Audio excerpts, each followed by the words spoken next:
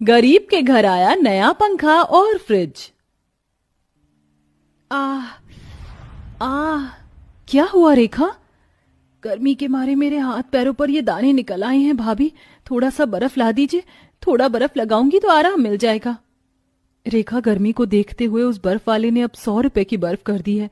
और तुम तो जानती हो कि तुम्हारे भैया पूरे दिन में ही मुश्किल से 60-70 रुपए कमा पाते हैं।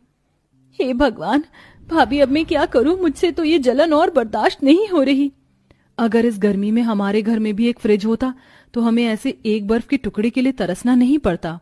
रेखा के दाने से हो रही जलन को देख समीक्षा धूप में नंगे कुएं के पास जाती है और वहां से ठंडा पानी लाकर अपनी नंद को देती है, जिससे नहाकर उसकी नंद को थोड़ा आराम मिलता है।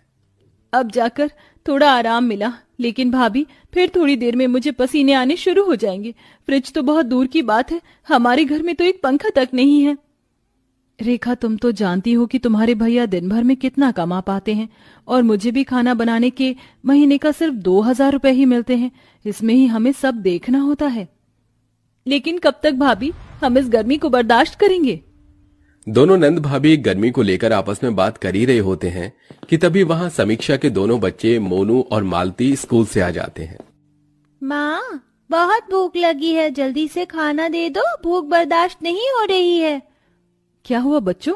और आज तो मैंने रोटी तुम्हें ज्यादा दी थी, क्या तुम लोगों ने स्कूल में लंच नहीं किया? माँ, सारा खाना गर्मी की वजह से खराब हो गया था। लेकिन ऐसे कैसे? रात की सब्जी तो मैंने कई बार गर्म करके तुम दोनों को दी है। भाभी, वो ठंड की बात थी, अब गर्मी है। माँ, बहुत भूख लगी है, जल्दी से खाना दे दो। तुम हाथ मुंह धो लो, मैं तुम्हारे लिए खाना लगाती हूँ। समीक्षा दोनों बच्चों के लिए खाना निकालने के लिए जैसे ही कढ़ाई खोलती है तो कढ़ाई की सारी सब्जी खराब हो चुकी थी और उसमें से बहुत गंदी बदबू आ रही होती है। हे भगवान, 2 घंटे पहले ही तो मैंने सब्जी बनाई थी, इतनी जल्दी खराब कैसे हो गई? कहा था ना मैंने, ये गर्मी का मौसम है। अगर आज हमारे घर में एक फ्रिज होता तो ऐसे खाना खराब नहीं होता। जहां गर्मी में पंखा न होने की वजह से वो लोग चैन से सो नहीं पाते थे, वहीं फ्रिज न होने की वजह से रोटी भी ढंग से नहीं खा पाते हैं। दीदी, बहुत गर्मी लग रही है, नींद नहीं आ रही है मुझे। मोनू, गर्मी तो मुझे भी लग रही है। क्या हुआ तुम दोनों को? वैसे ही गर्मी की वजह से मुझे नींद नहीं आ रही है, ऊपर से तुम दोनों हो की। वो क्या करे, गर्मी की वजह से हमें भी नींद नहीं आ रही है, ऊपर से गुमोरी और मच्छर। बाबा, आप पंखा कब लेकर आओगे? अब इस गर्मी में पंखे के बिना और नहीं रहा जाता। देखो ना, हमारे हाथों पर कैसे गुमोरी हो गई है। मोनू बेटा, जब बाबा के पास पैसे आ जाएंगे तो वो जरूर पंखा लेकर आएंगे। अपने दोनों बच्चों को गर्मी से इस कदर परेशान होता देख समीक्षा रात भर अपने दोनों बच्चों को पंखा करती रहती है। गर्मी की वजह से पूरे परिवार को हर दिन बहुत मुश्किलों से गुजरना पड़ रहा था। धीरे धीरे बढ़ती गर्मी की वजह से सब लोगों की हालत अब काफी ज्यादा खराब होने लगी थी। सबके शरीर पर घमौरियां, रैशेज, दाने ये आना तो अब आम बात हो गई थी। अरे ये क्या समीक्षा, तुम्हारे हाथों और गले पर ये लाल लाल निशान कैसे? मालकिन, ये तो गर्मी की वजह से हो गया है। ओह अच्छा, सुनो, फ्रिज से बच्चों के लिए आइसक्रीम ले आना, दोनों स्कूल से आ गए हैं। समीक्षा किचन में जाती है और शेफाली के दोनों बच्चों के लिए कटोरी में आइसक्रीम निकाल कर ले आती है। मम्मी, ये आइसक्रीम तो बहुत टेस्टी और ठंडी ठंडी है। मम्मी, थोड़ा एसी बढ़ा दो ना, बहुत गर्मी लग रही है। शेफाली के दोनों बच्चों को एसी में ठंडी ठंडी हवा में आइसक्रीम खाता देख समीक्षा को अपने दोनों बच्चों की याद आ जाती है कि कैसे उसके दोनों बच्चे रात भर गर्मी से परेशान रहकर चैन की नींद भी नहीं सो पाते। बढ़ती गर्मी की वजह से समीक्षा के दोनों बच्चों के शरीर पर बहुत ज्यादा गर्मी के दाने निकल आते हैं। साथ ही साथ बार बार आ रहे पसीने की वजह से दोनों बच्चों को पूरे शरीर में काफी ज्यादा जलन होती है।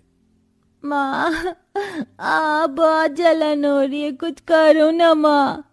इस जलन के मारे लेटा भी नहीं जा रहा है। माँ, शरीर पर थोड़ा ठंडा पानी डाल दो, जलन से थोड़ी बहुत तो राहत मिलेगी। बेटा, मैं कहाँ से लाऊं ठंडा पानी तुम दोनों के लिए? मटके का पानी भी बिल्कुल गर्म हो गया है। अब मैं अपने दोनों बच्चों की ऐसी हालत और नहीं देख सकता। अब चाहे मुझे कितनी ही मेहनत क्यों नहीं करनी पड़े, मैं जल्द से जल्द इनके लिए फ्रिज लाकर ही रहूंगा। अपने दोनों बच्चों की ऐसी हालत देख अनुज दुकानों में जाकर फ्रिज के दाम पता करता है। भाई साहब, ये वाला फ्रिज कितने का है? अरे ये पूरे 35,000 रुपए का है। क्या 35,000 का? ये तो बहुत ज्यादा महंगा है। अगर आपको ये महंगा लग रहा है तो आप ये ले लीजिए, ये पूरे 5,000 रुपए का है। सेकंड हैंड है लेकिन काम चलाऊ है। भाई साहब, मुझे आप बस कुछ दिनों की मोहलत दीजिए। मैं जल्द से जल्द 5,000 रुपए इकट्ठा करके ये फ्रिज यहां से खरीद ले जाऊंगा। जहां अनुज पहले मजदूरी का काम करता था, वहीं अब 5,000 इकट्ठा करने के लिए चिलचिलाती धूप में अनुज पत्थर तोड़ने का काम करता है। आह आह आह मेरे पैर। नंगे पैर काम कर करके मेरे पैरों में छाले पड़ गए हैं, लेकिन मैं ऐसे हार नहीं मान सकता। अपने बच्चों के लिए तो मैं फ्रिज ला कर ही रहूंगा। रोज धूप में इतनी मेहनत करने की वजह से अनुज के हाथ पैरों में गर्मी की वजह से छाले पड़ गए थे, लेकिन अनुज अपने दोनों बच्चों के लिए कड़ी मेहनत करता है और कुछ दिनों के अंदर 5,000 रुपए इकट्ठा कर लेता है। अनुज उन पैसों को लेकर सेकंड हैंड फ्रिज लेने के लिए दुकान पर जा रहा होता है कि तभी उसे रास्ते में एक घायल लड़की दिखाई देती है, जिसे देख अनुज भागा भागा उसके पास जाता है। आप ठीक तो हैं? आपको ये चोट कैसे लगी? 2 चोर मेरा पर्स छीन कर भाग रहे थे। उनके पीछे भागते भागते मैं इस पत्थर से टकरा गई और मेरे सर पर चोट लग गई। अनुज उस लड़की को नजदीकी हॉस्पिटल ले जाता है और उसकी मरहम पट्टी करवाता है, जिसके चलते फ्रिज खरीदने के लिए जुड़े हुए सारे पैसे उस औरत के इलाज में लग जाते हैं। जिसके बाद अनुज घर आ जाता है और सारी बात अपने परिवार वालों को बताता है। एक तो आपने इतनी मुश्किल से 5,000 रुपए जोड़े थे और वो भी आपने उस लड़की की मदद करने में खर्च कर दिए। तो क्या उस लड़की को सड़क पर ऐसे घायल पड़े रहने देता? हम लोग गर्मी तो बर्दाश्त कर सकते हैं, लेकिन अगर उस लड़के को कुछ हो जाता तो? अनुज की बात सुन रेखा चुप हो जाती है, जिसके बाद अब पूरा परिवार फिर से गर्मी झेलने लगता है। लेकिन दिन पर दिन बढ़ रही गर्मी से अब मालती और मोनू की तबीयत और ज्यादा खराब रहने लगी थी। अब मेरे दोनों बच्चों का क्या होगा? गर्मी में उनकी ऐसी हालत देख मुझसे रहा नहीं जा रहा है। अब तुम ही कुछ चमत्कार दिखाओ भगवान, हम गरीबों पर कुछ तो रहम कर।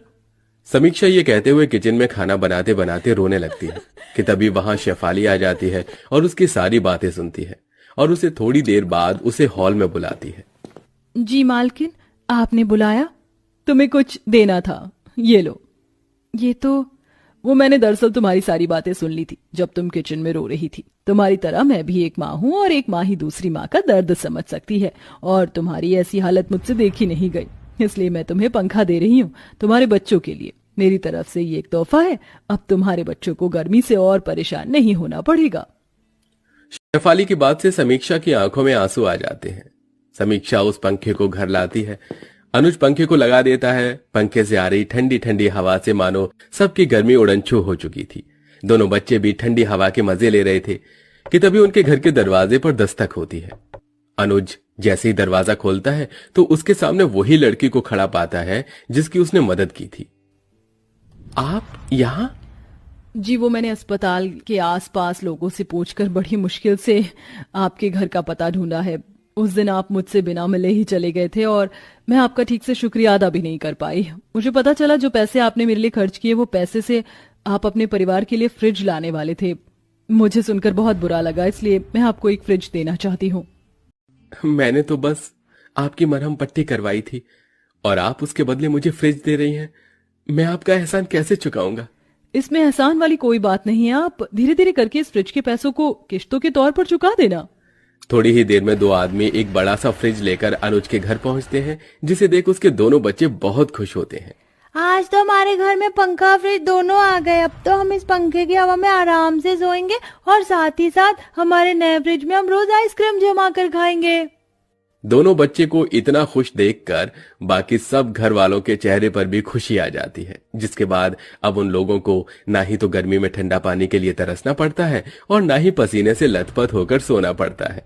अनुज और समीक्षा धीरे धीरे पैसे जोड़कर उस फ्रिज की किश्त को भी चुका देते हैं और अब सब गर्मी के मौसम में आराम से खुशी खुशी रहते हैं।